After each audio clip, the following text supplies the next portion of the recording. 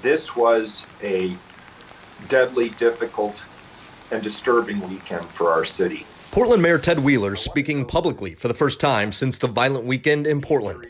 The mayor was joined at a virtual press conference Tuesday by federal and local law enforcement officials, including Portland Police Chief Chuck Lavelle. This was probably one of the most deadly and challenging weekends our city has experienced. It's also one of the most heartbreaking. Among the deadly shootings the chief is referencing is the one at Normandale Park.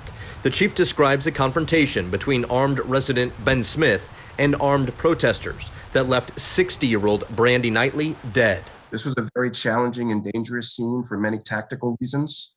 Obviously, responding officers didn't know who the shooters were, how many, where they were at, and other details. Aside from saying evidence was taken from the scene and asking for its prompt return, authorities are saying very little about the shooting.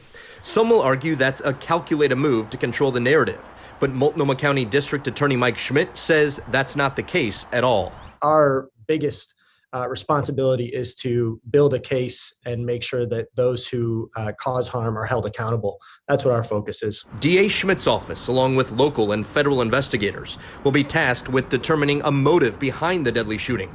Here's what the U.S. Attorney for the District of Oregon said when asked about the possibility of this being a hate crime. If evidence is developed that any federal crimes were committed there, the United States Attorney's Office will make the decision whether federal charges should be brought. For now, we're asked to remember the victims of the weekend violence. I want to note with deep sadness the injuries and the terrible loss of life the collective Portland family has endured.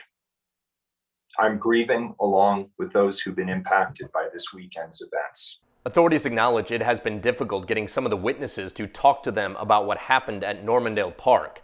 Officials want to remind those witnesses that providing information to law enforcement is absolutely crucial, and anonymous tips can be passed along through Crime Stoppers. I'm Mike Benner for KGW News.